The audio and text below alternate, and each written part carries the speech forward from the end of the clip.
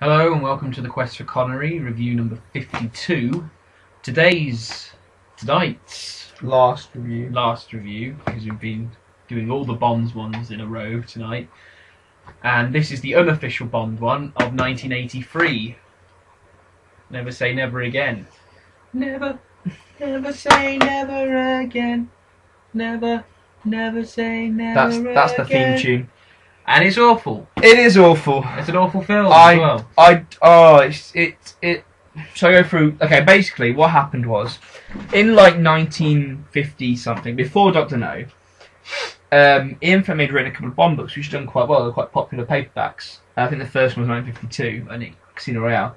And Ian Fleming, worked with a couple of other writers, one of whom was Kevin McClory, and I think a guy called Jack Whittingham. And those three worked together to create a film based on the Bond books called James Bond of the Secret Service, which I think funding fell through, it never happened. So Fleming then wrote a book called Thunderball in 1950, late 1950s now. And then Kevin McClory claimed that Ian Fleming had used material from their combined screenplay he incorporated that into his book Thunderball. So they kicked up a massive fuss about it, and I think it just sort of didn't really go anywhere. Then, of course, when the film Thunderball got made, Kevin McClory again kicked up a fuss and was like, "They're using my ideas, I need some credit for this." And eventually shut him up by letting him be executive producer on Thunderball.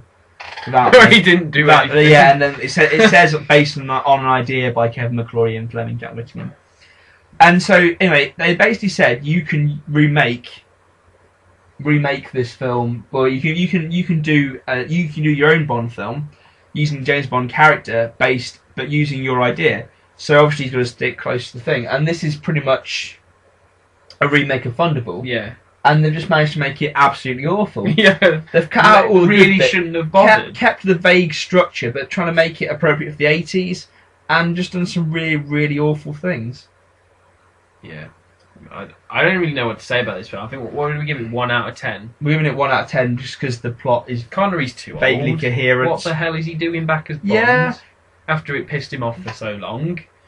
You know, he failed in the 70s to get noticed, and it just seems like, well, by early 80s he's given up trying to get noticed. Because so he'll get a lot of money for it. And it made a lot of money. People were like, Yeah. oh, yeah, see... I think the tagline was probably like, James Bond... No, the real James Bond is back. Connery is back as Bond, and people like want to see this. I mean, he only was just beaten by Roger Moore's Octopussy of the same year, the official Bond version. You've got Kim Basinger. Basinger, yeah. I read the other day how to pronounce it probably. I think it's Basinger. Well, that's the way to say it. Basinger, yeah. Basinger. As the woman, and she's rubbish. Even worse is, let me pronounce his name correctly, Klaus Maria Brandauer as Largo. Absolutely awful. I read some book by a guy called James Chapman about the Bond films, cultural history or something like that.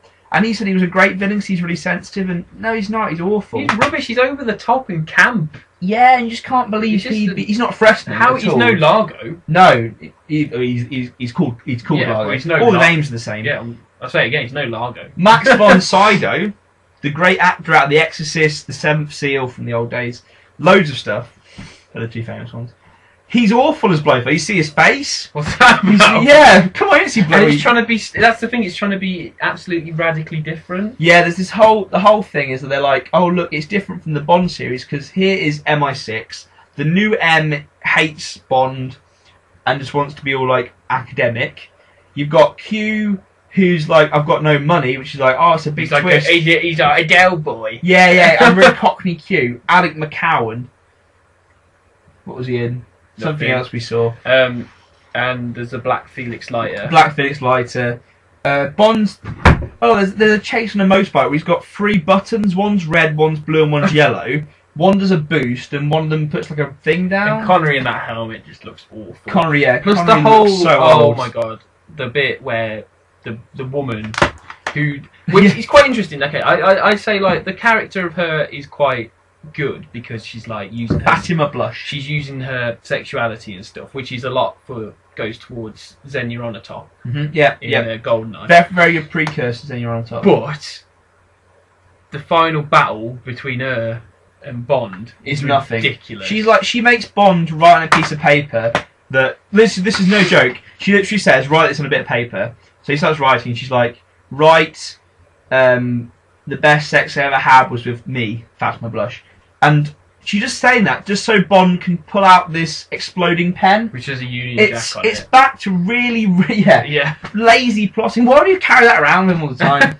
It's gone.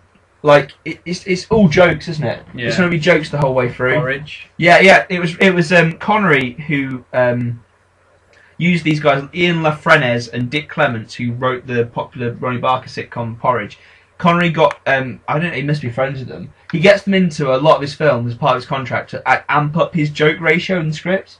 You actually said that Connery is quite a funny guy. Yeah. For example, in Dan Jones, he's a really, really comic actor in that. On the fiddle. On the fiddle, he's doing comedy. That's it. For example, but he can be funny when he wants to be. And so he brings them in to make the script more funny. First Great Train Robbery. The First Great Train Robbery. I think he brought them into that film. Yeah. The Rock, for example, they were brought in to give him more gags. And they just make it too funny. And they actually use a joke out of Porridge. Yeah. Straight out of Porridge, which just seems odd because it makes sense in the Porridge, but not in the Bond context. We watched it. Oh yeah, another thing. The director was the director of Empire Strikes Back. Yeah, Irving Kershner and Define Madness. Yeah. It's I just wouldn't watch it. I mean, watch it if you're curious about how they've remade Thunderball. But I found it really quite painful to watch. The ridiculous bit with the jetpack things. Oh Well, yeah. Also the bit I'd watch it just to laugh.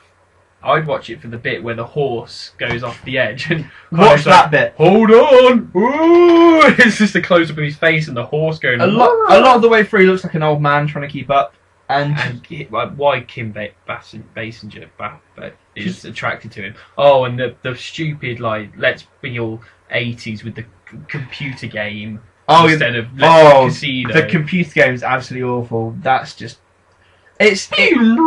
yeah. Bond plays a computer game. Yes, that's right. Against Largo, they shoot things with a plane, and it's really not. Yeah, and gets electrocuted. It's supposed to be tense. It's not. The best bit of the film, actually, I might consider bumping up to 2. That bit when they're doing a tango, and he's like, "That's ridiculous. Your brother's dead. Keep dancing." Doing it. Dude, Connery's showing off his dance moves. Which he has got. He's alright at that. He's a dancer. Yeah, we're done with this review now, effectively. We've done 7 minutes of bitching at this film. 1 out of 10. Watch it if you're really curious, but I really wouldn't put yourselves through it. You're not missing anything. It's not an official Bond film. I'd watch it for Rowan Atkinson. Rowan Atkinson, I've got that. Rowan Atkinson. Little cameo popping up. He's starting to get famous in the 80s. Yeah. Let's just finish that. I'm sad to finish our Bond film like that. If Connery came back now and made a Bond film, it'd probably be awful. But we can dream. Yeah.